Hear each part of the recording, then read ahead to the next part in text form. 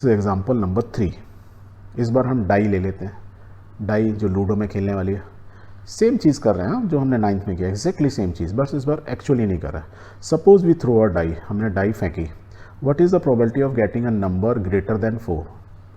क्या प्रोबेबिलिटी होगी कि जब आपने इसको फेंका तो नंबर जो है आपका जो आए वो 4 से ज़्यादा हो, ग्रेटर देन 4। तो क्या मतलब आइदर 5 या 6 आए।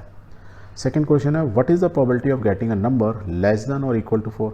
आइदर 4 या 3 या 2 या 1, उसकी क्या प्रोबेबिलिटी होगी ये बताओ। सो इस क्वेश्चन को हम कैसे सॉल्व करेंगे? तो we will solve it in this वे।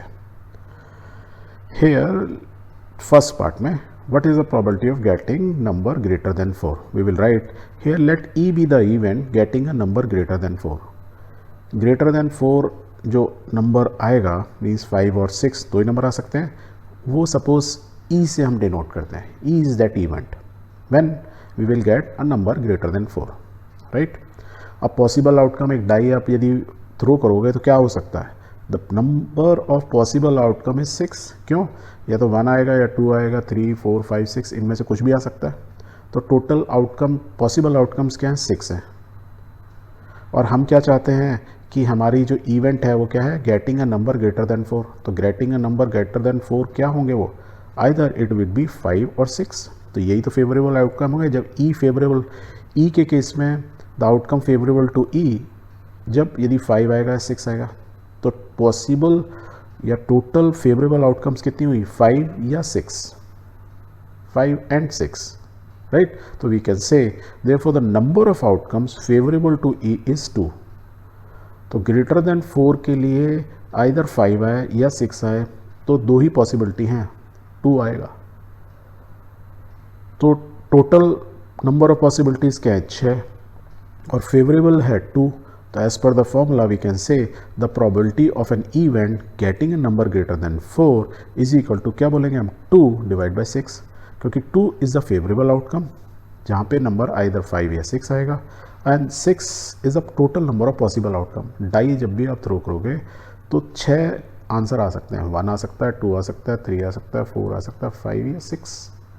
इसको और सॉल्व कर लो, 2 डिवाइड बाई 6 दैट इज़ 1/3। सो हमारी कितनी प्रोबेबिलिटी आ गई ग्रेटर देन 4 आने की? 1/3।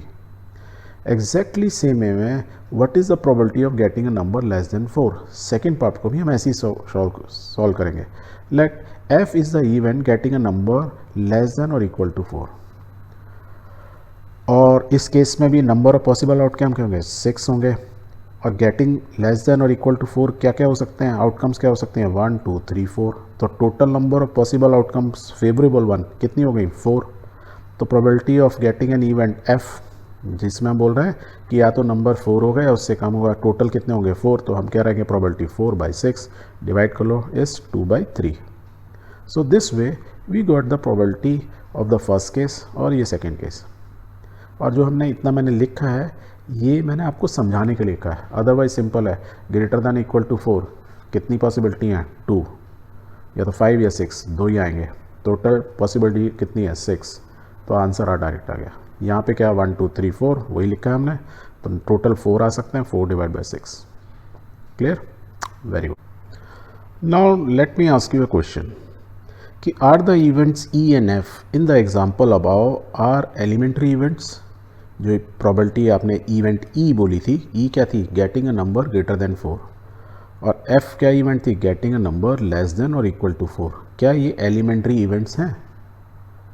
एलिमेंट्री इवेंट्स क्या बोला था हमने? जहाँ एक ही आउटकम हो और यूनिक हो। तो क्या ये यूनिक है? नहीं। देखो आउटकम क्या हो सकता है? ई के केस में 5 भी हो सकता है, 6 भी हो सकता है, वेयर एज एफ के केस में इट कुड बी 1 2 और 3 and 4, 4 हो सकती है। That means we will say no, they are not, because the event E has 2 outcomes and the event F has 4 outcomes. तभी तो ये ऊपर 2 लिखा और ये 4 लिखा।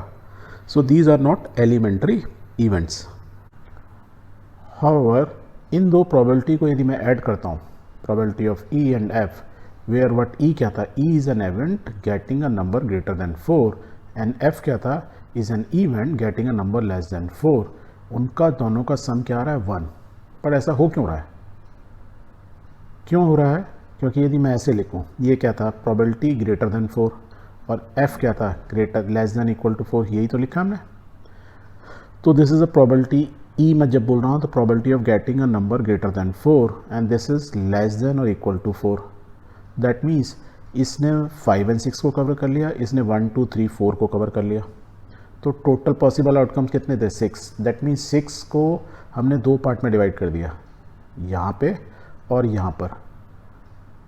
तो टोटल जो आउटकम्स थे डिवाइडेड है ना, 2 और 4 यहाँ पे डिवाइडेड है, इसलिए 2 ही, और इसके अलावा 7 तो आ नहीं सकता था। तो इसका मतलब इसलिए 1/3 प्लस 2/3 का आंसर जो सम है वो 1 आ रहा है। वैसे 1/3 प्लस 2/3 यदि नंबर्स बोलूँ तो सम इतना ही आएगा, पर अभी हम किसकी बात कर रहे हैं, 1/3 का है probability of E, where E is greater than 4 where this is less than equal to 4। समझ में आ रहा है ना, ये इनमें दोनों में कोई ओवरलैप नहीं हो रहा है। अब देखो यहाँ पे क्या बोल रहे हैं, ग्रेटर देन 4, और यहाँ क्या लेस देन इक्वल टू 4। ये मैं प्रोबेबिलिटी ऑफ एफ को क्या लेस देन इक्वल टू 4 को मैं ऐसे बोल सकता हूँ, नॉट ग्रेटर देन 4। 4 से ज़्यादा बड़ा नहीं होना चाहिए, 4 से ज़्यादा बड़ा नहीं होना चाहिए मीन्स 1 2 3 4 यही होगा। बोल सकते हैं, नहीं बोल सकते, नॉट ग्रेटर देन 4। तो प्रोबेबिलिटी ऑफ ई क्या है, ग्रेटर देन 4, और प्रोबेबिलिटी ऑफ एफ में बोलूँ नॉट ग्रेटर देन 4। यदि मैं इसको नॉट बोल सकता हूँ तो एग्जैक्टली सेम वे में जैसे मैंने क्या बोला है प्रोबेबिलिटी ऑफ एफ को लेस देन इक्वल टू 4, तो मैं इसमें इसको क्या बोल सकता हूँ, not less than equal to 4। तो यदि मैं किसी एक को ले लूँ, जैसे मैं लेता हूँ probability of E greater than 4 और नॉट मतलब लेस देन इक्वल की जगह मैं लिखता हूँ नॉट ग्रेटर देन 4, तो we can write the same thing को, probability of E probability of F की जगह लिख रहा हूँ नॉट ई, एफ की जगह क्या लिख रहा हूँ, नॉट ग्रेटर देन 4, और ग्रेटर देन 4 क्या होता है, ई। तो not greater than 4 means not E बोल सकते हैं। तो probability of E plus probability of not E, E क्या है नंबर 5 एंड 6, नॉट ई मतलब 5 एंड 6 को छोड़ के बाकी जो बता, दोनों का सम क्या होगा, 1 होगा। और नॉट ई को हम नॉट ई ऐसे ना लिख के, हमारे इसका एक और तरीका होता है, हम ऐसे लिख सकते हैं पी के ऊपर एक बार, पी के ऊपर बार का ही मतलब होता है नॉट ई।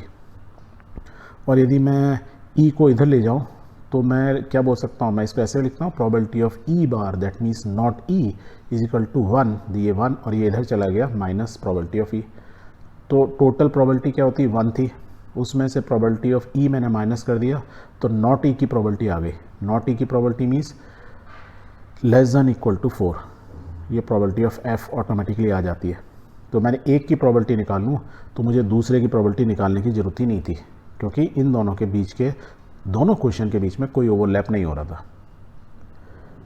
ठीक है, और इस तरीके के प्रोबेबिलिटी नॉट ई और प्रोबेबिलिटी ई, इनको एक और वर्ड दिया जाता है नॉट ई और कंप्लीमेंट ऑफ इवेंट ई, हम बोल सकते हैं ई का कंप्लीमेंट्री है ये नॉट ई, ई का कंप्लीमेंट्री है। कंप्लीमेंट्री एंगल समझ याद है ना, कि एक एंगल है कंप्लीमेंट्री मीन्स दोनों का सम क्या है, सपोज 90 है तो एक यदि 45 है तो उसका दूसरा क्या होगा 45, एक 30 है तो कंप्लीमेंट्री एंगल क्या होगा 60, so that some is 90 degree. तो एग्जैक्टली सेम है, एक यदि ई है तो नॉट ई उसका क्या है, complementary of the event E बोल सकते हैं, या हम इसको ये बोल सकते हैं E and E dash are the complementary events, E और नॉट ई एक जो है ये दोनों एक दूसरे के कंप्लीमेंट्री इवेंट्स हैं। क्लियर है, एक बार दोबारा समझना तो आपको थोड़ा शांति के साथ समझोगे तो क्लियर हो जाएगा, राइट।